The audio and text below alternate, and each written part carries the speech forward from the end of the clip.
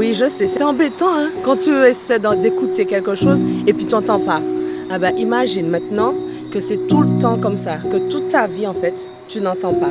Demain, c'est la journée mondiale des sourds. Et pourquoi je vous en parle? En fait, ça fait longtemps, depuis que je suis petite, j'ai toujours voulu en fait apprendre la langue des signes et j'étais toujours fascinée en fait quand je regardais des sourds en train de signer. J'étais là, waouh, ça a l'air tellement intéressant et tout. Bon, après, je voulais pas trop regarder parce que c'est comme si tu as quelqu'un qui vient et qui écoute ta conversation. En fait, quand on les regarde, même si on comprend pas, ça peut faire bizarre. Mais en fait, j'étais toujours fascinée et quand enfin j'ai pu apprendre la langue des signes, alors là, j'étais tellement heureuse de pouvoir communiquer en langue des signes, de pouvoir comprendre aussi. Quand tu regardes en fait à la télé, tu essaies de voir. Après, c'est dommage parce que quand tu vois les choses qui sont traduites en langue des signes, la personne est toujours dans un petit coin, alors que c'est une langue visuelle. Il faudrait que ça soit plus grand, mais bon.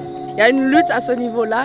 Et aussi, franchement, j'aurais tellement aimé qu'on puisse commencer à apprendre la langue des signes à l'école, au tout petit. En fait, comme l'anglais, comme l'espagnol, que la langue des signes puisse faire partie du cursus scolaire parce que c'est une langue à part entière et ça permet l'inclusion et ne pas mettre de côté les sourds, les malentendants. Donc voilà, c'est quelque chose qui me tient à cœur. Et pour moi, apprendre la langue des signes, en fait, ça me permet de pouvoir communiquer avec les sourds et surtout leur parler de Dieu. Parce que si on ne peut pas leur parler, si on ne peut pas communiquer avec eux, comment pourra-t-on partager l'évangile avec eux? Donc en fait, je veux vous encourager, si vous pouvez, faites des formations. Ça ne prend pas longtemps en fait pour apprendre au moins les bases, pour pouvoir tenir une conversation avec quelqu'un. Simple, mais en tout cas ça fait plaisir. Donc si ça peut nous permettre de partager l'évangile, de leur dire que Dieu les aime eux aussi, faisons-le. Justement à propos de ça, je vais ouvrir en fait un compte spécial en langue des signes. Donc ça s'appelle BK